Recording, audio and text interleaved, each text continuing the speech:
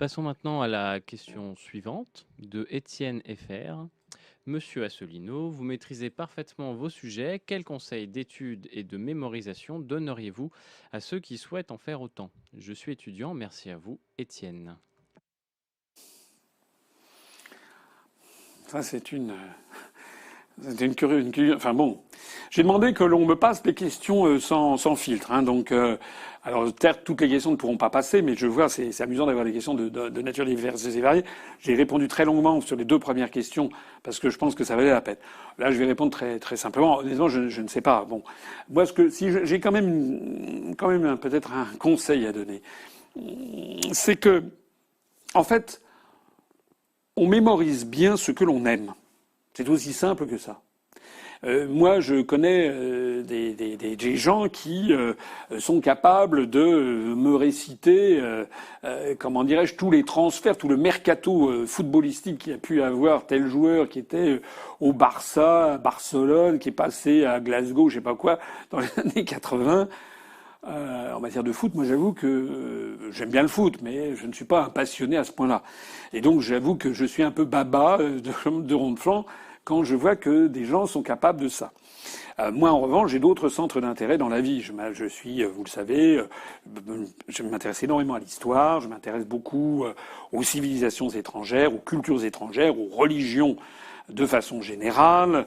Je m'intéresse à la littérature, à l'art, je m'intéresse à beaucoup de choses. Bon, ça c'est bon Dieu qui m'a fait comme ça, voilà. Donc je m'intéresse pas à tout, mais je m'intéresse à beaucoup de choses. Et quand on s'intéresse vraiment à quelque chose de façon presque charnelle, on retient assez facilement. Moi, il suffit de lire certains ouvrages pour que je mémorise tout sans aucun effort. Puis il y en a d'autres, en revanche, où là, je les trouve un peu rébarbatifs. Et là, je n'aurais pas. Donc si j'avais un conseil à formuler à cet étudiant, c'est que je lui dirais c'est même plus, c'est d'ailleurs un conseil de vie, hein, plus généralement, ça se tient en deux mots. C'était Ma Anandamayi, qui était une, une mystique indienne qui a vécu tout au long du XXe siècle. Ma Anandamayi qui résumait ça en anglais en disant aux gens qui venaient la voir, be yourself. Voilà. Soyez vous-même. Voilà. Donc je dis à cet étudiant, j'espère qu'il n'a pas de difficulté à mémoriser, parce que s'il a vraiment des grosses difficultés à mémoriser ses études, c'est peut-être qu'il ne fait pas les études qu'il souhaitait faire. Voilà, je suis un peu brutal, hein. Mais peut-être qu'il aurait préféré, je ne sais pas du tout, peut-être que j'espère que c'est pas ça. Mais enfin, je conseille toujours ça, hein, aux gens, soyez vous-même. Voilà, vous avez envie d'être, je sais pas, joueur de foot, ben, essayez d'être joueur de foot. Vous avez envie d'être architecte, soyez architecte. Vous avez envie de faire de la permaculture, faites de la permaculture.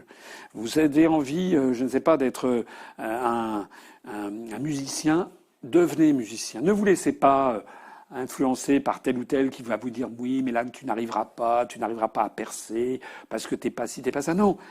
Faites ce qui vous plaît. La vie est brève, il faut faire ce qui vous plaît.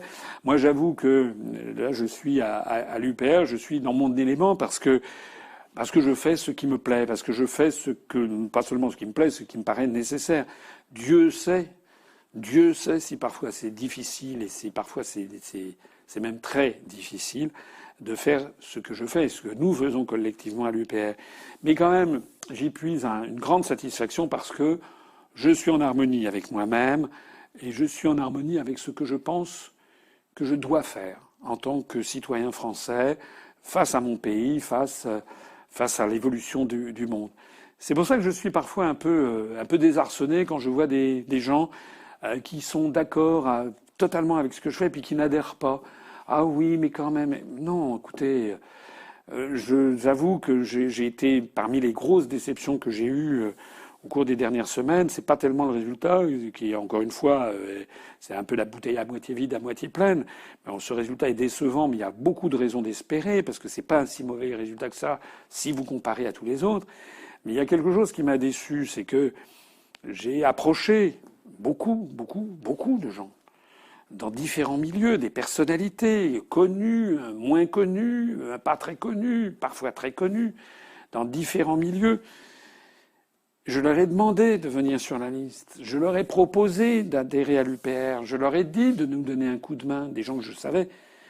Et malheureusement, il y en a eu si peu. Voilà. Et ça, j'avoue que je suis triste parce que je pense que que c'est pas bien. C'est même pas bien pour eux parce que finalement, ils doivent regretter quelque part. Ils doivent le regretter. Donc je comprends bien sûr qu'il y ait des difficultés professionnelles, des difficultés relationnelles, mais non d'une pipe. Ou bien on a la conviction que les moments sont extrêmement graves et qu'il faut s'engager, ou bien on ne l'a pas. Ou bien on a la conviction qu'il faut entrer en résistance, ou bien on ne l'a pas. Voilà. Alors c'est un petit peu loin de la question, mais pas tant que ça. Hein, je pense qu'il faut, dans la vie, faire ce que l'on a envie de faire. Et je m'adresse ici à toutes celles et à tous ceux qui pensaient profondément que l'UPR est un noble et juste combat. Eh bien, je vous dis, adhérez à l'UPR. Mobilisez-vous, faites du militantisme. Tout le monde est le bienvenu, y compris des gens venant de tous les partis politiques, voilà, tout le monde est le bienvenu, à condition, bien sûr, de respecter en son âme et conscience notre charte fondatrice.